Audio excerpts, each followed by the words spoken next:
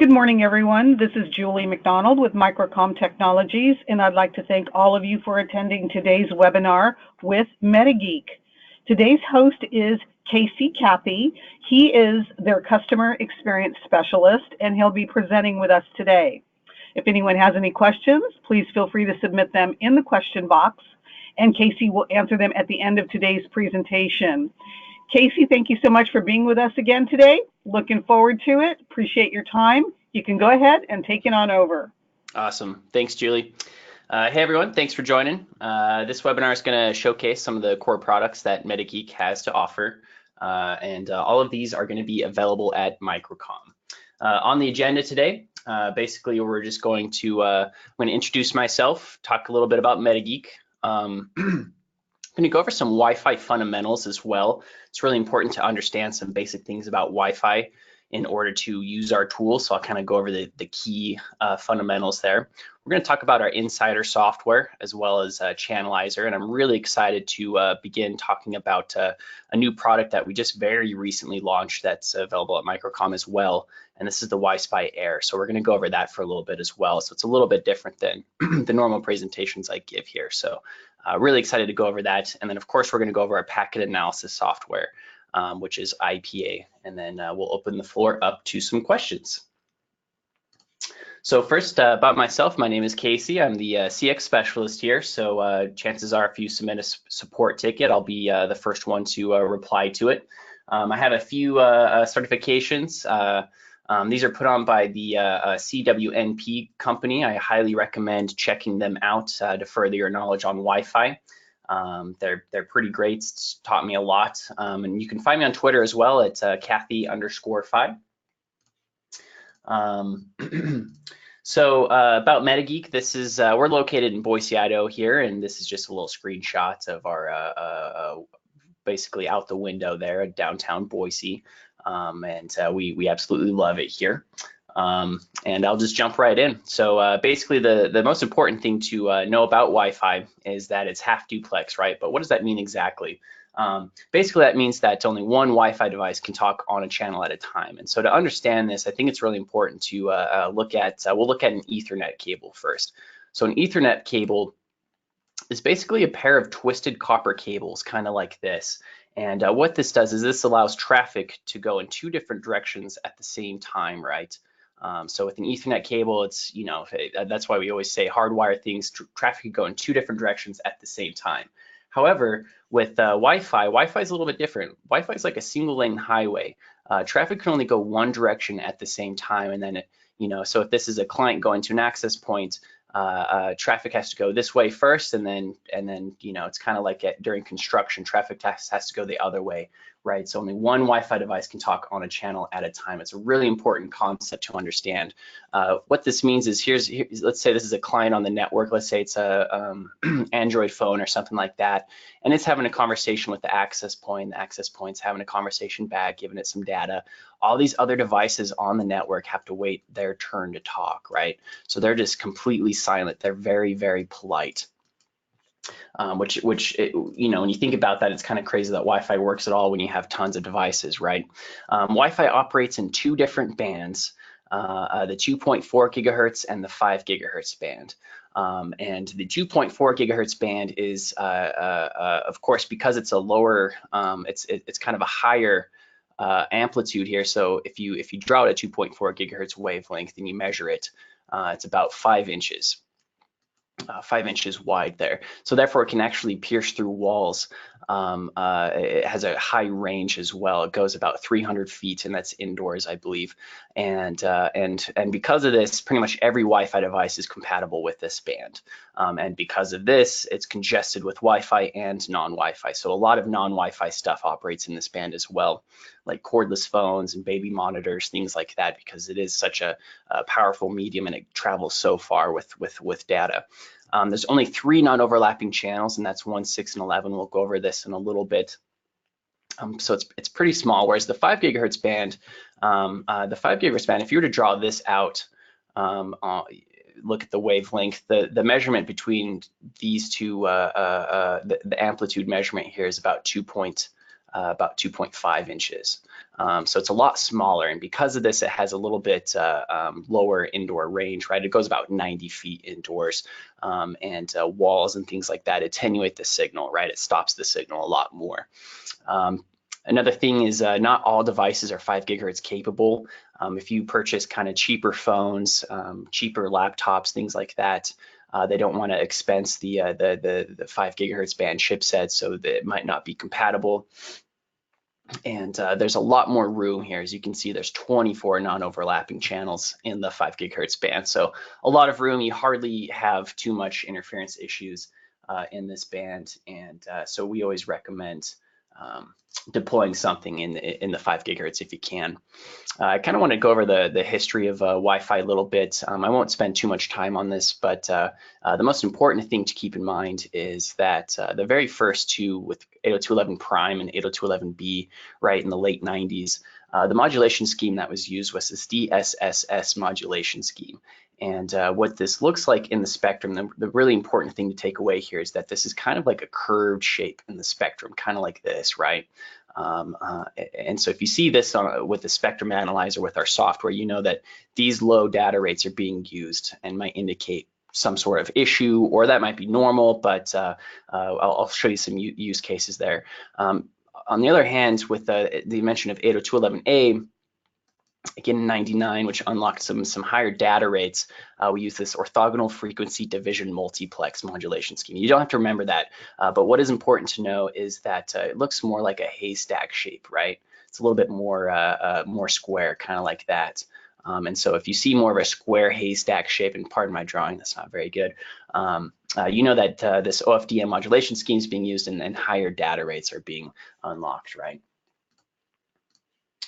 So in the 2.4 gigahertz band, I was saying there's only really 3 channels that don't overlap. That's 1, 6, and 11. We're very adamant here at MetaGeek about only selecting one of these 3 channels if you are needing to choose a channel in the 2.4 gigahertz band.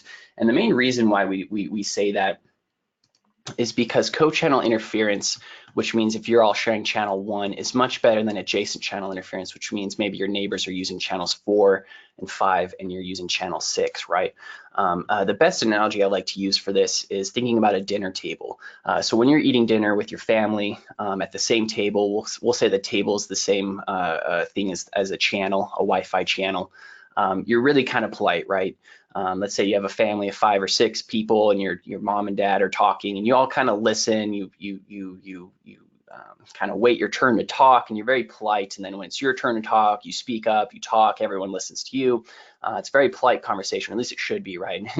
Hopefully that's the idea. Whereas adjacent channel interference is more like your family's having a conversation, but maybe you're at a restaurant and other families are having conversations on different channels, different tables.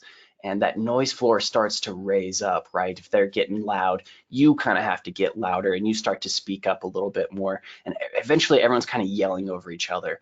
And so that's kind of what happens with adjacent channel interference. Pretty soon you start to be able, you can't really hear each other and you start to lose transmissions and things like that. So we always try to strive for, if you have to deploy network, try and deploy it on the same network as what's around you.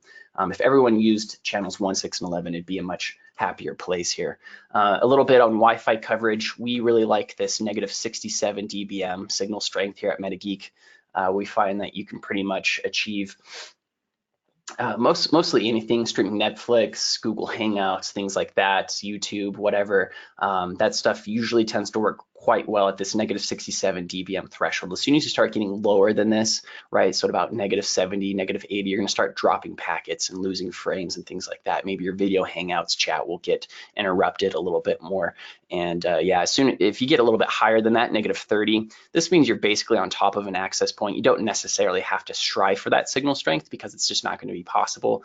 And sure, you'll get some faster data rates the closer you are to the access point. But again, this negative 67 dBm is what I would strive for, assuming you can't have an access point everywhere, right? And so with that, I'll go ahead and hop into inside our office here and kind of show you a little bit what it's about. And again, this is available at Microcom as well. This is kind of our, we call this the network snapshot tool.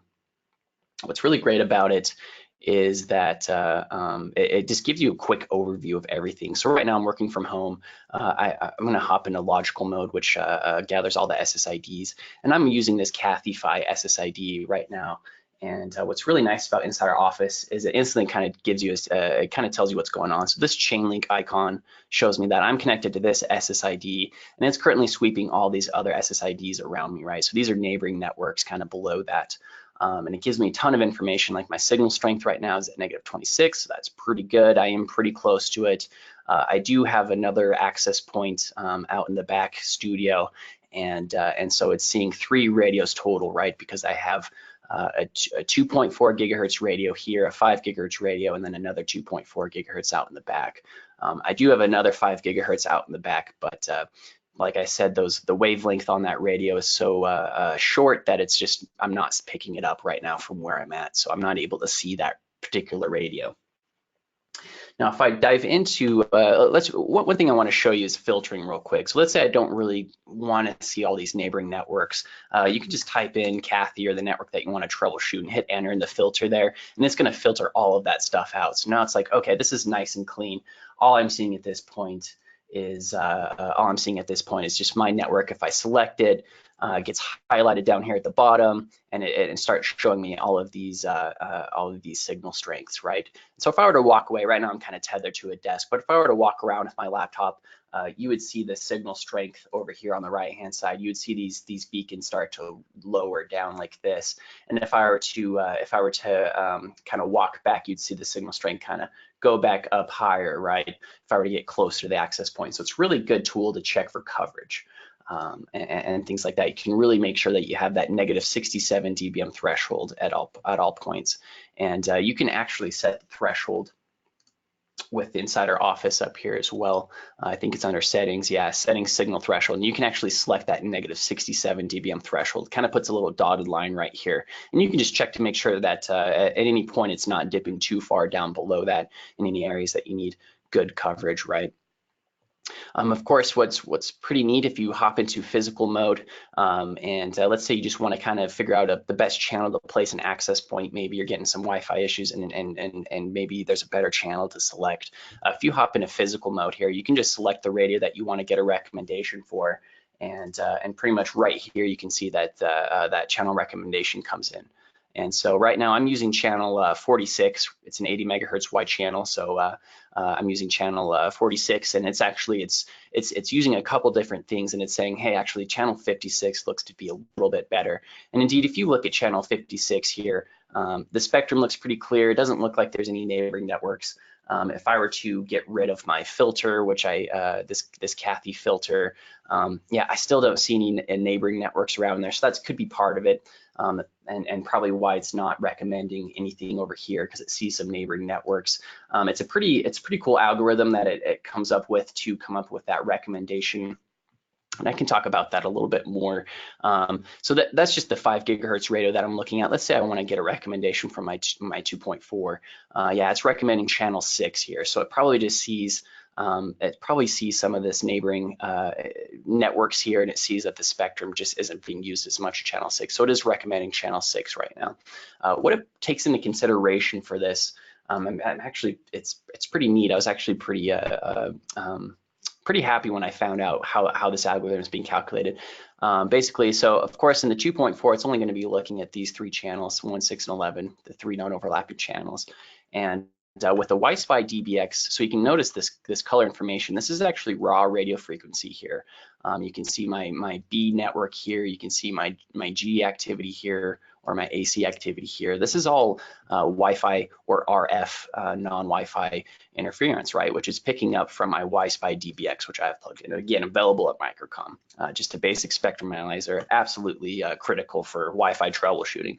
And because of this, I'm able to get this channel utilization column opened up. So it sees small utilization on 1, small utilization on 6, but 11 does have a little bit higher channel utilization. So maybe that's why it wasn't recommending channel 11 for me, or recommending channel 6. it does look at on-channel networks, right? So this is co-channel networks. It doesn't weigh this one as heavily as adjacent channels. So if you go to the overlapping networks, which is adjacent, this stuff is weighed a little bit heavier. So we got 3 on 6. It doesn't look like there's any adjacent channels on networks on channel 1. And then looks like there's an adjacent overlapping network here on channel 11. So it does weigh these a little bit heavier than the co-channel networks. But it also looks at the signal strength of those networks as well. So the signal strength here looks like it sees the max overlapping signals at -60, whereas right here we see -71. It doesn't look like there is any, of course, on here. So it kind of weighs a lot of different things for that recommendation.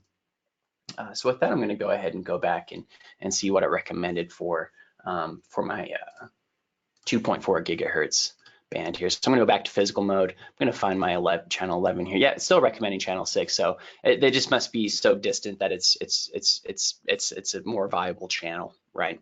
So that's pretty nice. You know, there's a lot of other things that this gives you as well. If I go find a network here that maybe, let me go to logical mode and see if I can't find a network with a couple issues with it. So here's a hidden network, and we do give these cool insights here with Insider Office. If you go up here to that analysis tab, it gives you a little configuration warning. So this one, it sees that it's supporting 802.11b data rates. So it says, hey, maybe you want to disable those. You can also click here on the little security shield thing, and it says, oh, this has open security. You know, this would be a pretty easy network to associate to and get all the network resources for, right? So not the smartest thing. So it definitely gives you warnings like that, which is definitely very important. But again, this is about 30 seconds of spectrum down here at the bottom. So what if there is some sort of interference? I'm going to actually introduce some interference real quick, and we'll see if we can see it. So what if there's some interference that we just can't really troubleshoot with Insider Office, because again, this is just 30 seconds of spectrum down here. It's just a quick snapshot. It's not meant to really, you know, record or anything like that. You can do a recording with Insider Office, but it has to be opened in Channelizer for further analysis. So what if there's some sort of interference, like you can kind of see right now on channel 1, you can kind of see this signature start to appear, and I did introduce some interference. And as you can see, it's getting worse and worse, starting to go from blue, which is about 10% utilization, right? Blue is kind of like a clap. Doesn't really interrupt our conversation any, and I can continue on. And same with Wi-Fi. Blue doesn't really, there's plenty of time to talk still on the channel for the Wi-Fi devices. Green means about 20 to 30% of the spectrum is being utilized. Orange and red means over 50% of the spectrum is being utilized, right?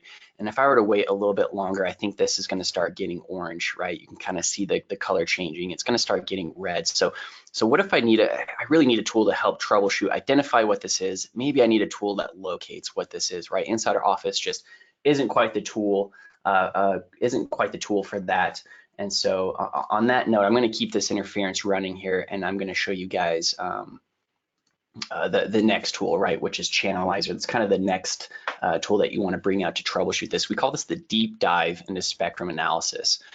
So it really helps you locate these sources of interference, right? Typically we sell a bundle, and so does Microcom, that has this directional antenna that you can replace the omnidirectional antenna on the YSpy, and you can kind of directionally locate these sources of interference with Channelizer. Because remember, only one Wi-Fi device on a channel can talk at a time, and believe it or not, these Wi-Fi devices, you know, say a microwave, for instance, which tend to leak RF in the 2.4 gigahertz band, these Wi-Fi devices think that microwave is a Wi-Fi device. So they're very polite, and they wait their turn to talk until that microwave is done cooking your burrito, for instance, right? It's kind of fascinating. And so things like this can just absolutely destroy your network. Here's some signatures. This is a baby monitor, which does frequency hop. This one started on channel 5, went to channel 9, went to channel 1. So very frustrating. But with Channelizer, you can see that pattern, right? You can set your laptop down for you know, this laptop recorded for 10 minutes and caught this behavior of this baby monitor, right? You can set it down for even 3, 4, 5 hours, right, if it's a real intermittent issue. Bluetooth frequency hops as well. It looks like this. This is a ton of devices doing file transfers. Typically, you don't see this. Typically, Bluetooth doesn't really affect Wi-Fi much, but if you have enough of it, it can. This is one of those old wireless video cameras, just a real nasty looking signature over there. This would just, you know, wreak havoc on a network on channel 11. So what's really cool with Channelizer is it's a lot like DVR, so you can fast forward, pause, rewind, really zero in on the issue there, which is pretty nice. And then of course we provide the report builder accessory, so you can build these reports. It comes pre-stocked with literature, makes you look very professional. You can give this to your customer, to your boss, to your client, whatever industry you're working in or whatever your job is to be done. You can prove what the spectrum looks like, what the Wi-Fi network looks like. You can do before and afters, and I'll show you a little bit about that. Makes you look very professional. And of course, if you guys, if you deploy any sort of Cisco Clean Air enabled access points, we do have the, we did take over the Cisco Spectrum Expert capability, so you can actually remote in and troubleshoot and look at Spectrum from a remote access point. You don't have to be in the physical environment. So a lot of people deploy these access points and then just kind of remotely troubleshoot, you know, from the comfort of their own home or office or what have you. Pretty neat accessory. So with that, I'll go ahead and hop into Channelizer and kind of show you what it has to offer. It's pretty fun tool. So I'm going to remove the interference so you kind of see a clean Wi-Fi environment from the beginning here. Another thing too is it begins recording the 2.4 gigahertz band only. To change that, you just go up to YSpy here and click dual band. And so I'm going to do that. And so now it's sweeping both the 2.4 and the 5 gigahertz band. To toggle back and forth, you simply click this arrow up here in the top left corner. So now I'm going back and forth between the 5 gigahertz and the 2.4 just by clicking this top left arrow. So first I want to focus on the 5 gigahertz band here. So with this, I'm going to go ahead, and this is kind of interesting. I can actually see some 802.11b activity over here on the right on channel 11. So that's actually pretty interesting to me. There's some heavy Wi-Fi activity, which I'm going to take advantage of this right now and show you how to identify this, right? So I'm going to go to this interferer section over here down at the bottom, and I'm going to click on this 802.11b interferer. And if you weren't certain what it is, you can actually click and drag it up, and you can kind of match it and be like, okay, that is for sure some 802.11b activity. And it's really good to get familiar with this because this can mean a lot of things. If you see this red 802.11b activity, this means that the channel is being oversaturated. Too much stuff is happening, and we're resorting to low data rates. So remember that DSSS modulation scheme I showed you earlier, which was 11 megabits per second is the highest possible data rate here. So if I were to go out in the back and do a speed test, and I knew that I was on channel 11, I wouldn't get anything more than 11 megabits per second.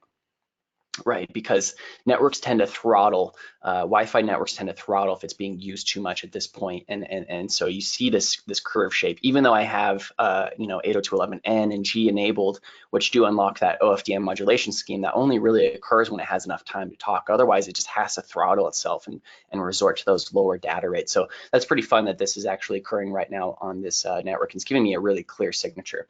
But I'm going to go ahead and introduce that. What if there's some sort of intermittent interference, that same pesky interferer that we saw with Insider Office, but we didn't really know what to do about it. So I'm going to go ahead and introduce that, and you can kind of start to see. You can kind of start to see over here on the waterfall. As soon as I introduce that, you see this little line occur right here, right? Something's going on. Something's happening. This B activity is still, you know, being shown. I love this waterfall view right here because you can just see everything over time, right? I started Channelize at 11:22. It's time stamped, and at about 11:24, this signature started appearing. And this is pretty common, right? I'm going to remove this interferer because maybe it's intermittent. Maybe just maybe it's like a cell phone tower out in the distance, and it stopped for a minute, and you know, maybe that's all you got, right? So if I were using Insider Office, I would already not be seeing this. With Channelizer, however, what's pretty neat is you can you can really zero in on the issue. So at this point, I'm going to go ahead and just I'm going to get rid of my B signature here, and I'm going to go ahead and just click and drag around. And in fact, what I'm going to do is just clean up my time sliders here and just really get that interfere. So there's that piece of there's that interfere right there, right? I just clicked and dragged around it. I'm going to go ahead and pause this recording real quick and really just kind of zero in on that. So it's still recording up here at the top, but I'm just focused on this interfere, right? This section in time. And so what is this exactly, right? This is interesting. And so as I was showing you before, we have all these signature libraries in the interferes tab. So you can really start to click and drag these interferes up. Is it an RFID reader? Kind of looks like that, right? Is it a sound bar? Pretty close. Is it Bluetooth? No, not really, but I do see Bluetooth in this environment. You can kind of see it lines up perfectly here. If I hover over some of these spots, you can see that it's just, you can clearly tell that those little blue spikes are Bluetooth, but that's not what's going on here. And this is a signal generator, so it's kind of supposed to imitate more of a cordless phone. So it is supposed to imitate this interferer right here. And if you scroll, you can actually change the height, right? If it's closer, if it's far away, you can scroll up or down to really match it. So that's a pretty neat thing to help identify what it might be. I'm going to introduce this interference again and kind of show you what if you needed to locate this source of interference, right? So maybe we were having trouble identifying, or maybe we found out it's a cordless phone, but we're like, okay, well, where is this thing? So I'm going to bring my time slider back to real time here. And so I just introduced this interference. I'm going to go ahead and clean up my time span about the last 15 seconds. And basically at this point, you'd probably want to put the directional antenna on your YSpy. And once you do that, you can kind of click and drag around the signature and click on device finder, clean up your selection a little bit, hit the check mark, and you can start to locate this device, right? So what's pretty fun is if you have your directional antenna pointed in the direction of the Wi-Fi or the non-Wi-Fi interference, you're going to see this blue kind of go up towards the top, right? This means you're hot, you're on the signal, you're close to it. Now I'm going to kind of put it a little bit farther away from my antenna, from my YSpy, and you kind of see it lower, right? That means you're getting farther away from this device. You're no longer pointing the directional antenna in the direction of it. So you can kind of just slowly rotate in position until you see it kind of start to get a little bit closer. I'm going to bring it back closer here. And of course, you can see that it looks like it's getting closer to it. So you really just play hot or cold with the signature, and that's basically what you do for a directional antenna. Really, really handy for non-Wi-Fi devices. I'm going to go ahead and remove this signature because, believe it or not, this type of signature can actually cause some harm on anyone using channel 1 here in my neighborhood. And you can see the beacon start to appear again, but these were just, these weren't visible when this interference was happening. It was so loud, there was no time to talk on the channel, so Wi-Fi devices essentially got kicked off there. So hopefully no one was using Wi-Fi, but yeah, it just goes to show you the importance of finding those sources of interference, and you really wouldn't know that those are existing without a YSpy DBX. And furthermore, you wouldn't know that your Wi-Fi channels are getting used to the maximum capacity without a YSpy DBX or without some sort of spectrum analyzer. I'm still loving this clean 802.11b signature over here. I would have no idea that my network is getting used that much without a spectrum analyzer. And if there's Wi-Fi issues, maybe it'd be worth switching to a different channel. If this wasn't my activity, which I think it is, and you can kind of see some G stuff starting to appear too. It's really neat to see this right now. It's actually quite unique during a demo to see this G signature start to appear over this 802.11b network. So maybe this neighboring network right here is maybe the culprit. So maybe I should take insider's advice and switch to a different channel. Now, with that said, one really nice thing about Channelizer, of course, is the report builder accessory. So all you have to do is just click on report builder, new report, and it pulls up this little dialog here. And one thing I like to do is I'll go ahead and just add I think it basically throws in whatever you have selected over here with the time span. So if I wanted to get that last little sliver of recording where I had that interfere, right, maybe right here, if I wanted to really encapsulate that, I would go to the report builder and click plus, and let's just go ahead and do the density graph here. And so I can add the density graph. It throws in what I have currently selected. Clearly that's a pretty significant interferer. It pre-stocks the literature here, so it gives me this blue, green, yellow, and red explanation, so you don't have to explain that to the customer. And maybe you wanted to prove that you fixed the Wi-Fi, right? So I'm going to select a little band here, and I'm going to select some clean spectrum over here and say, okay, well, I found the interferer. It was a cordless phone, and then I fixed the Wi-Fi after that, right?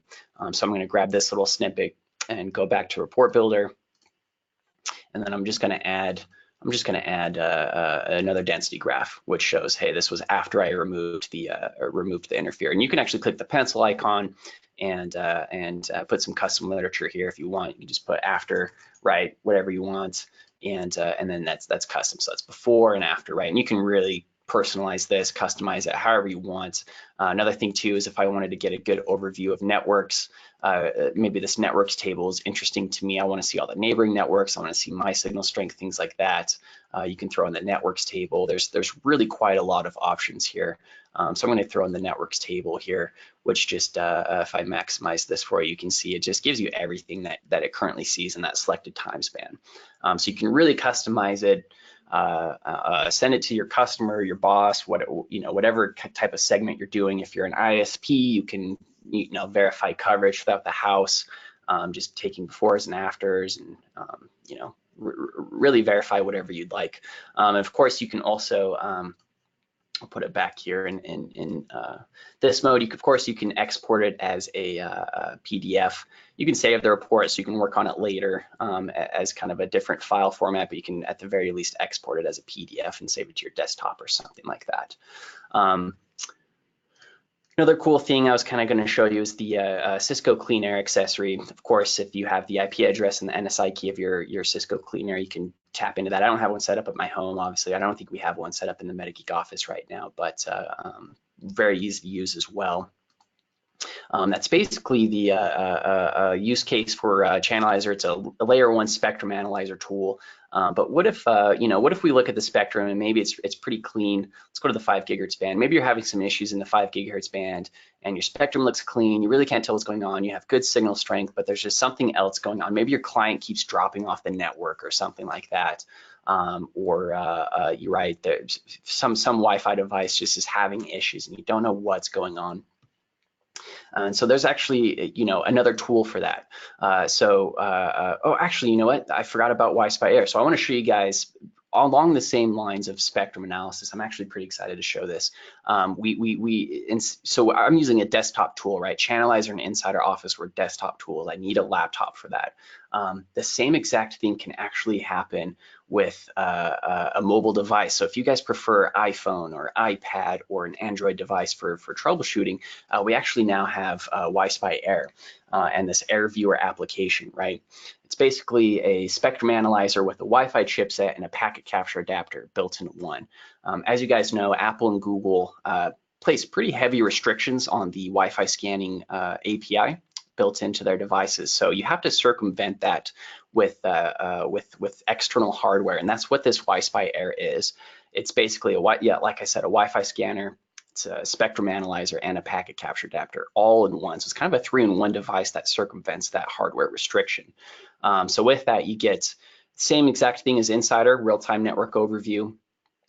You get spectrum, so you get layer 1 and layer 2 info. So we also get packets, spectrum and packets. What's really neat is it's one of the first tools we have that's available right now that gives you connected client perspective.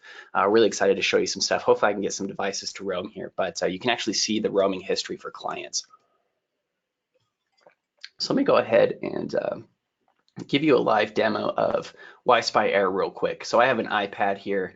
And I'm just gonna kind of show you. So here's, if this is just the iPad home screen, I have my YSpy plugged in, just gonna click on the Air Viewer application and voila, we're right in it, right? And so at this point, it's just like Insider. Again, it's the same jobs to be done, the same exact things that I was showing you before. You can see my Cathify network on the 2.4 gigahertz band, and I can select which band I want. Because we have a little less real estate, screen real estate, we split up the bands here. So this is channels 36 through 48, and I can go on and look at all these other networks. Looks like there's nothing in 52 and 64, so on and so forth. A couple networks in Uni 3 here, so you can kind of easily toggle that. I always like to have my signal strength first. My highest signal strength first, so I know what's closest to me. Of course, what's cool is I do have the chain link icon. The YSpy Air will actually look at the this is the connected from my actual iPad, so it will look at my adapter. That's one thing Apple doesn't restrict, is to show you which band it's connected to or which SSID it's connected to or associated to. So that's really, really handy, because if I dive into Cathify here, I can actually see, you know, the exact same thing as Insider was showing me with the signal strengths, I can see a lot of pretty cool things. So I see the signal strength over time graph, I see what channels I'm using, but then I can see which radio I'm connected to, which is pretty, oh, this is interesting. I'm connected to my channel 11. You can see channel 11, I'm associated to my 2.4 gigahertz band here. I would expect that, you know, being an iPad, I would expect this to be connected to my 5 gigahertz band. So hopefully I don't have any laggy issues, because obviously we saw what my 2.4 gigahertz band on channel 11 looks like. It's very saturated. So hopefully this demo goes well, and hopefully I'm basically airplaying this screen, but I'm using the 2.4 gigahertz band, so we'll really test this network to the limits. And so yeah, you can dive into this and see all the clients on that SSID as well. So this is my 2.4 gigahertz radio. I hope I don't have many clients on here. I really like my clients to steer to the 5 gigahertz band. So what I'm going to do is I'm going to back out here. I'm just looking at my that one on channel 11, but I really want to see my channel 42 network. I know I have a few more clients on there, so I'm going to select my channel 42, my 5 gigahertz network. And I'm going to go ahead and run a speed test on my iPhone, which I also have here. And what's cool is you can actually start to see some client information. So a lot of my clients are sleeping right now, so I'm going to run a speed test. And okay, there's some waking up here, and sure enough, this is my iPhone. My utilization's going up because I'm running a speed test, 48% utilization. You can see the signals. What's cool, this is my iPhone. For some reason, my iPhone has just been hopping back and forth between my bands. You see it started off on channel 42, or yeah, at about 1027. And this is really neat insights, by the way. We really haven't had a tool that shows this type of information, but you can see at 1027, my iPhone was channel 42, and it just kept going back and forth. And what's weird is I wasn't really moving around. So I know that there's some sort of weird issue here. This kind of would prompt me to maybe restart my Wi-Fi. I really need to take a look and see why my iPhone kept hopping from band to band, because I really wanted to stay on channel 42. And it looks like it finally did. I did restart my phone and restart my network, and it looks like it finally did start to stick to channel 42. It hasn't roamed to channel 11 since. But it's really awesome to be able to see this on my mobile device. Remember, this is an iPad, right?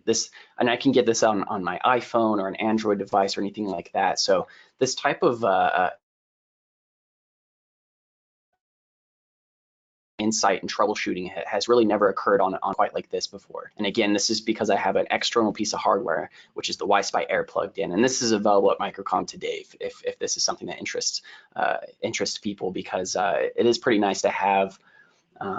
You know, if you don't want to lug around a heavy laptop, it is pretty nice to have a tool like this. So I'm going to hop back out. I was just kind of showing you the network situation here, but I'm going to hop into this next tab over, and I'm going to hop into channels. And you can see I'm getting spectrum. So I'm going to go to channel 1 and look at my spectrum. You can see it really is quite, it's really quite quick. I'm going to introduce this interferer again. And you're just going to see channel 1. I mean, look how quick it is. It's supposed to be about the same quality as the YSpy DBX, but I think it's a little bit faster actually. It seems like this spectrum populates faster. I'm not sure if it's how we graphically show it, but I mean, you can just see how quick that is. I'm going to move it a little bit farther away and move it a little bit closer, and you can just see how quickly in real time it kind of shows you that information. I'm going to remove this source of interference, and you'll be able to see it die down immediately. So really quick, the spectrum analyzer, and it's really fast. I'm quite happy with it. It does have 2 resources, so I want to look at the networks on. After that, I can flip that on, and there's the Wi-Fi networks. And of course, you can see a lot of information. The same information you could see with with Insider and Channelizer, right? We get some utilization information. I'm going to go to channel. I know that my iPhone is associated to this network, so I'm going to run another speed test, and you should see. In fact, I'm going to turn networks off here, and you should see some spectrum light up here. Let's see if I can get this to spectrum to refresh here. Yeah, it looks like the utilization is updating at the very least. So I am running a speed test on my iPhone, and again, there's so much room in the 5 gigahertz band that it's only about 20% utilized. And speed tests are supposed to really demand as much as possible from both the device and the network. Okay, there's 85%, so that's a little bit more like it. It sees that speed test, and I'm going to run another speed test here while it looks like the spectrum is live. And yeah, you can see that OFDM modulation scheme pretty clear. Again, this is 80 megahertz wide network, and so you'll see the 240s, and now it's happening on my iPhone, so you can kind of see that pretty well. I really like that part. And of course, there's a few settings that you can go into as well. If you if you don't really care about certain channels, maybe you don't use Uni 2, you can select those off. You can change some of the sweep settings with the YSpy Air, but really neat tool. Really happy to show this one off. And again, this is just called YSpy Air application.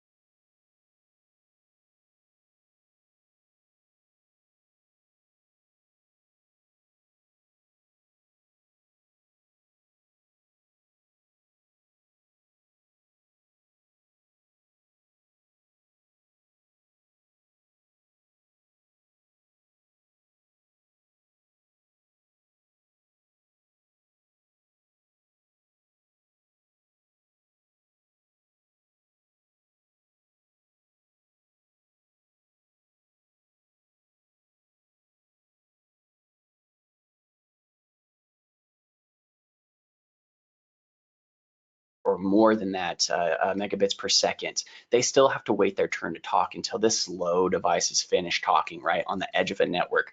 And this is something that IPA can show you. It shows you the data rates that your devices are using. So if you see a ton of these 1 megabits per second, and your users are complaining of poor Wi-Fi, well, that's probably your reason, right?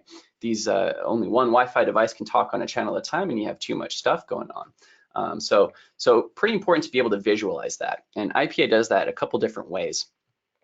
We color data frames as blue, control frames as orange, and management frames as purple. And I can kind of go over a little bit what each of these frames mean. This is kind of some Wi-Fi knowledge as well, but it is important to understand in order to use IPA. So management frames are, these are probably my favorite frames. Beacons, probe responses, probe requests, these are all management frames. For instance, my access point right now, my Cathify network, 10 times a millisecond, it's saying, hey, I'm Cathify, I support these data rates, you can connect to me, I support this encryption type. And it beacons, right? It wants clients to connect to it. And every client device will actually send probe requests. So my iPhone, when I leave my house and I disconnect from my network, it actually starts pinging out probe requests to any network that it's seen before. It's oftentimes why we recommend turning off Wi-Fi if you want to save battery life, because 10 times a millisecond, a client device might say, hey, Cathify, are you there? Hey, Boise Airport, I associated to you one time, are you there? It actually sends a probe request for the Boise Airport or whatever airport network you've ever connected to. So that's why it's also good to go back and forget networks if you want to make sure you're not sending all these probe requests. You know, people can capture this traffic, and this is all something that IPA can capture, right? So we see all the time in captures that we just do at the office, just devices that don't have a network to connect to. They're sending probe requests out, and we can see information about that client. It's almost a privacy concern, but it's Wi-Fi protocol, right? It has to be there to be a Wi-Fi device, a certified Wi-Fi device. Control frames more aid in the delivery of management and data frames. So this is all like walkie-talkie talk, right?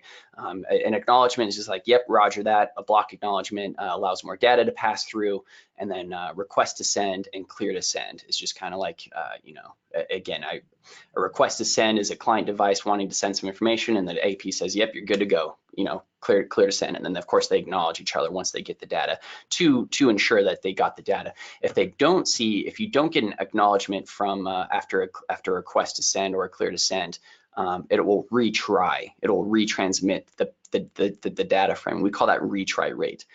So a lot of devices, if you see a high retry rate, which is another thing IPA shows you, you know something's going on. The packets just aren't getting delivered to the right access point, right? And then of course we show data frames. These are the only frames that aren't Wi-Fi only. These go all the way through to Google, right? If you're watching YouTube, these are the data frames that come from Google and to Google, right? QoS data is simply quality of service. There's higher prioritized data, so we show that as well. Typically voice is going to be prioritized over video. That's why if you're in a video conference, you're going to be able to hear the voice before the frame.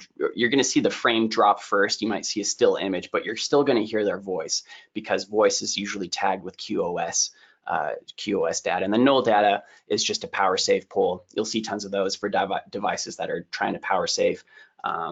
I think the Wi-Fi Alliance just threw them in the data section because they had nowhere else to put it, honestly. I'm not going to focus too long on this, but this is the airtime arbitration process. In other words, this is how Wi-Fi devices decide who gets to talk first, right? It's kind of the question like, well, who gets to go first? If only one device can talk on a channel at a time, how do they work that out? This is pretty fascinating in that, long story short, is they basically roll the dice. Each device rolls the dice, right? We call them random back-off slots.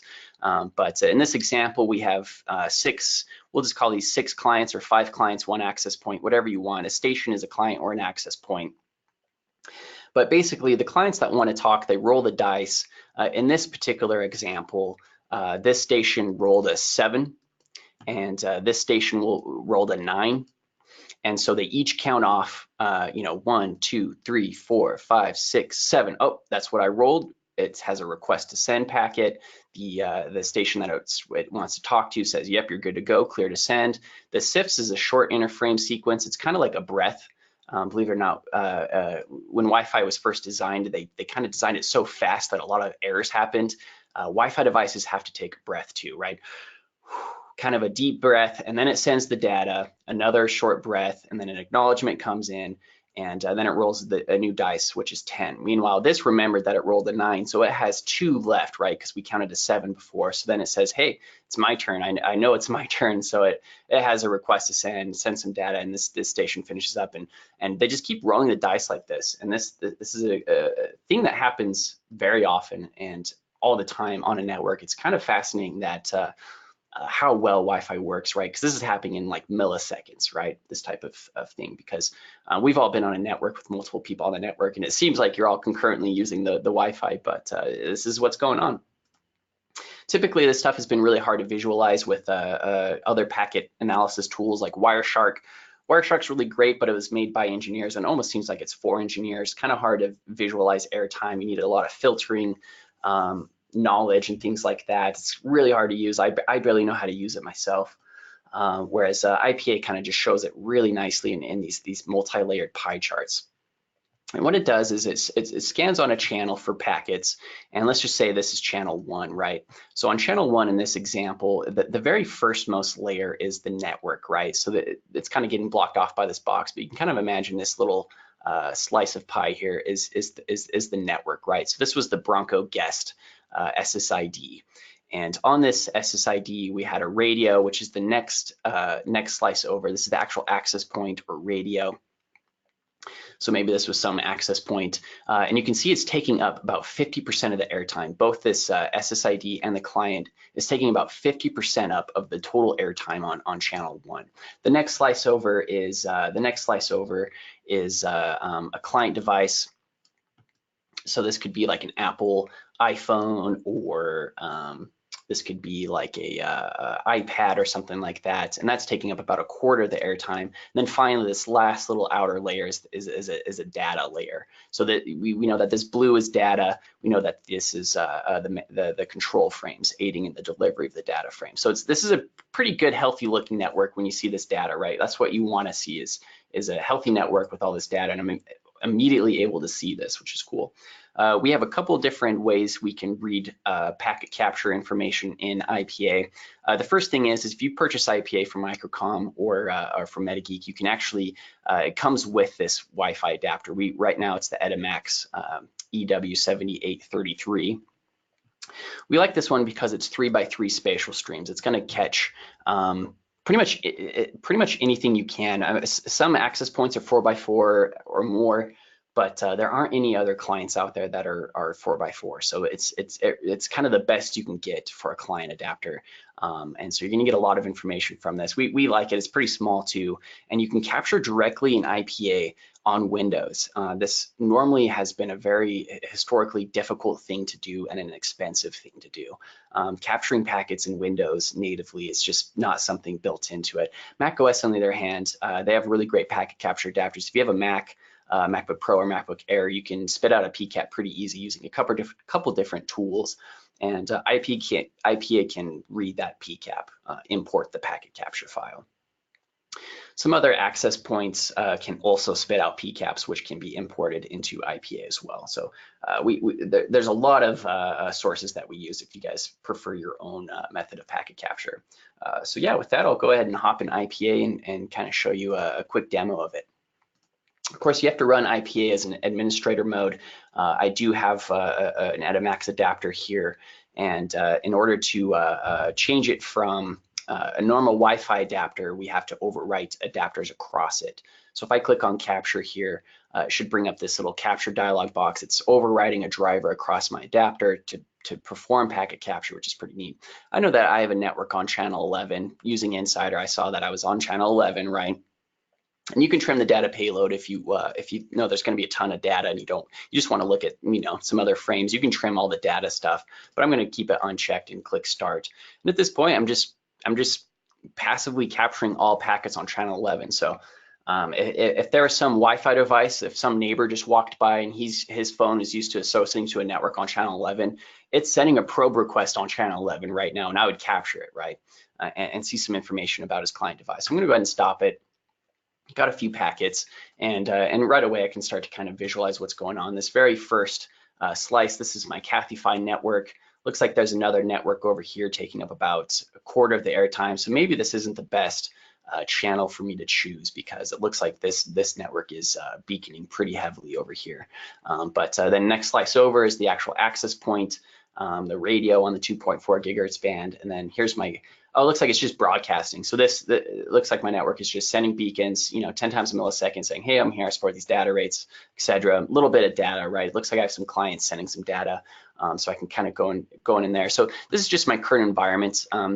This isn't as exciting. What's really cool is I can see, I'll go ahead and get my annotation tool and show you where I'm looking. I can see all the data rates going on my network, right? So I do see a lot of 1 megabit per second. That's a little concerning, right? And then I see a little bit over here. And if you hover over with your mouse, you can see what these are. So this is 12 megabits per second. About 16% of my traffic is at 12. 41% at 1, so I know something's going on. It's a busy channel. We know this is a busy channel, and I'm just able to visualize this immediately. A few 26 megabits per second, 1% traffic at 39, and then some at 65, right? And of course, this could be from the neighboring network. So I'm going to select my CathyFi network. So all I'm looking at now is CathyFi, and I can get, this is my network now. Okay, yeah, same thing basically. So not bad, a pretty even array of data rates over here on the left-hand side, not too bad. Now, what I really like about IPA and what a lot of people use this for is, let's just say that, so I have this Apple device. Let's say this is a problematic Apple device. This could be This could be like a Mac or an iPhone or something like that. I'm going to click into it and I immediately dive into it. I see this data frame and request to send frame. And what's cool is I just immediately filtered down to that, and I can actually send this information to Wireshark. So I can go to File, send to Wireshark, and let's say I needed to troubleshoot some information in Wireshark. It actually does this automatically. So now I have that nice filtered selection between that client device and my access point, and I can start really diving into the packets in Wireshark and troubleshooting from here, right? Which is pretty neat. So a lot of people use this tool at the very least to kind of do those quick filtering. I want to open up this PCAP called Lots of Virtual SSIDs. This is available on the trial version, and this was sent in from a customer of mine who set up a ton of virtual SSIDs, and I think this is one of the best illustrations of what that means exactly, because when I first opened it, it actually looks kind of beautiful. It's just all these beacon frames, right? All these SSIDs 10 times a millisecond are saying, hey, I'm this SSID, I support these data rates, you can connect to me.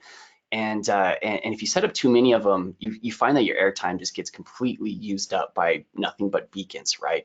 And that can be an issue. If you look at this airtime graph, you can see that about a quarter of this airtime right here is being used up by these beacon frames, right? This particular customer set up all these different networks, a ND onboarding network, a staff SSID, a student's SSID, a VR SSID, another VR SSID, another guest to bring your own device, right? All these SSIDs were just beaconing. And what's funny is there's only 10 clients that it even saw. There's 35 SSIDs, so clearly more than they need. There wasn't really any data. I don't see any blue over here. So these clients weren't even actually transmitting or using the network. This was just completely unnecessary use of space, right? So of course it's pretty easy to tell this customer, well, you need to eliminate some of those SSIDs. And with IPA, it just was so easy to visualize that right off the bat, see that there was an issue. And of course, you can dive into each one, dive into each radio and see the beacons and see all the frames being passed back and forth, the probe responses, things like that. Of course, you can even filter the time span of the packet capture. So if I want to kind of analyze this spike only here, and then you can send this to Wireshark. So really quick, easy filtering with just a couple clicks. Of course, we have a packets tab here, which is similar to Wireshark. You can see, what's being passed back and forth and the data rate at which it's being passed back and forth. So very similar to Wireshark, taking all the important information that Wireshark has to offer and placing it here. And the very last tab here I really like. This is the Analyze tab. And this is pretty cool because if you just place a check mark, let's see if there's any issues here. No observations. Looks like none of these have any observations because there wasn't much going on here, so we didn't really have any insights. I'm going to open up a streaming Netflix PCAP that we have also, and I'm just going to go ahead and go to the Analyze tab, and I'm pretty sure, yeah. So this is pretty cool. So during this packet capture, it looks like the Apple device I was using had a high retransmit rate, right? So it wasn't receiving that acknowledgement frame that I was talking about earlier. And so we actually give you some automatic insights. We say, hey, this had a high retransmit rate on this network. It looks like this particular Apple device, and you can even see the MAC address of it, was having some issues. Didn't get any acknowledgements from the access point. What can we do about it? So we give these little solutions, like maybe it's a Wi-Fi chipset issue. Looks like maybe there's some adjacent channel interference. Maybe you should get a spectrum analyzer or Insider or something like that. You remove some non-Wi-Fi interference, things like that. And we're just working on these insights more and more. That's kind of something we've been working on quite a bit. We've been really focusing on packet stuff here at MetaGeek because there's so much to obtain from packets that you can kind of give these tips and analytics and things like that. So excited to have more and more of these types of insights as we push more updates. And again, IPA is available at Microcom as well. With that, I think that's mostly what I wanted to show you guys. So I'll go ahead and open the floor up for any questions and give it back to Julie. Hi, Casey. Thank you very much for that presentation. We enjoyed it. Yeah. And yes, I do have a couple questions for you. Let's go ahead and get started with the first one. Is there anything in 900 megahertz? Yeah, we used to sell a YSpy 900X, which did sweep the 900 megahertz frequency band, but there just wasn't enough market to continue manufacturing that piece of hardware. And so right now there isn't. if we see more demand, we might, but Wi-Fi doesn't look like it's going to start using 900. It seems like that's more for like other technologies. So we don't really have any plans to restart that manufacturing process. So no, right now we don't have any available, but you might still be able to find a YSpy 900X on eBay or something like that. There's still plenty out in the wild, and that will work with Channelizer if you do get your hands on one. Excellent. Thank you very much for that. Next question here for you. Is there a tutorial available for using the Spectrum Analyzer? Yeah. If you go to support.metageek.com, we have tons of articles and tutorials and things like that. So, we have a couple different spectrum analyzers. I showed you the YSpy DBX was our desktop, worked with Channelizer and inside our office, but the YSpy Air is also a spectrum analyzer. So depending which one works best for you, remember the Air works for mobile devices. We have tons of literature on both of those spectrum analyzers. And if you want to use it with Channelizer or inside our office, we have tons of articles on both of those pieces of software and on how to use the spectrum analyzers within those pieces of software. So yeah, support.metageek.com is a pretty good starting point to begin looking for that information. Excellent. Thank you very much for that. Next question here for you. How does 5G change MetaGeek's products, or does it have an effect at all? Yeah, if we're talking about the cell phone technology 5G, cell phone technology has always been pretty independent of Wi-Fi technology. The two industries, believe it or not, never really cross each other. It's kind of a different thing entirely. So it doesn't really affect us. If he's talking about 5G is in the 5 gigahertz band in Wi-Fi, then we show and troubleshoot the 5 gigahertz band and everything, right? I showed you, the spectrum analysis in the 5 gigahertz band and the Wi-Fi scanning in the 5 gigahertz band. But if he's talking about 5G, as in the cell phone tower or the cell phone, cell phone technology, it doesn't really, we don't really dive into that, and they really are kind of an independent thing. It's a different technology, it's a different protocol, right? Where Wi-Fi is 802.11 and cell phone technology, I think, is a different protocol entirely. It has a bit different use case, and sometimes the frequencies do overlap. So sometimes you will see cell phone towers, Verizon and AT&T and all those vendors purchase different frequency space. And so I can't remember which ones operate where, but you will see cell phone towers in our tools sometimes in terms of spectrum, and you'll see the spectrum. If it's 5G operating in the 5 or 2.4 gigahertz band, you'll see it. But in terms of the protocol, it's just completely separate. So if we're talking about cell phone technologies, it doesn't really affect us at all. Excellent. Thank you for that, Casey. Next question here for you. Are there any upcoming trade shows on your calendar that we can go see MetaGeek at? In other words, do you have any trade shows we can come see you in person? Yes, great question. Actually, yes, we're going to be at Wi-Fi Trek in Nashville, Tennessee, and that's September 17th through the 21st. So next month, about a month away, we're going to be at Wi-Fi Trek. It's pretty neat. It's put on by that CWNP company that I talked about earlier that puts out all the certifications.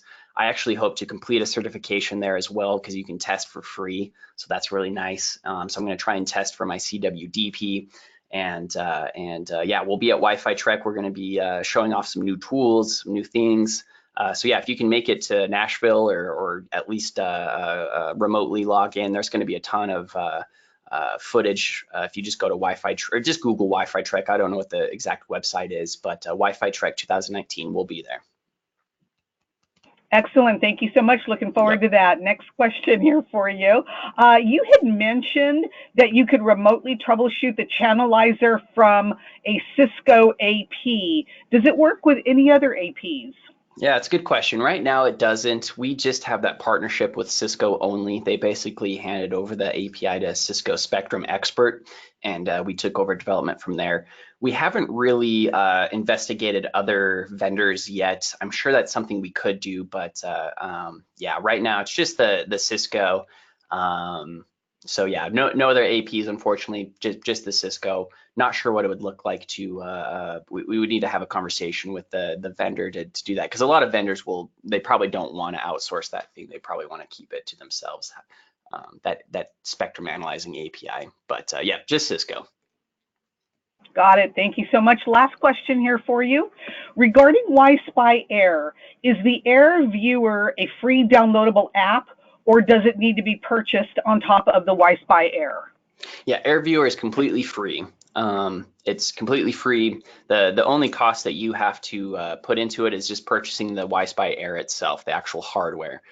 Yeah, we don't charge extra for the software.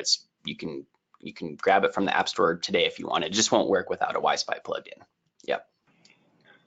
Casey, thank you so much for answering those questions and bringing us this presentation today. And thank you to everyone for attending today's webinar. If anyone has any further questions, of course, please feel free to contact your sales rep or email us at sales@microcomtech.com. And if you wish to view any of the products mentioned or shown here today, please visit us at www.microcom.us. And remember, this webinar presentation has been recorded and will be uploaded to our Microcom YouTube channel so you can view it again. Casey, can't thank you enough for all of your information today. Appreciate everything. Have a fantastic day. Thanks, Julie. You too. Take care. Thank you. Bye-bye.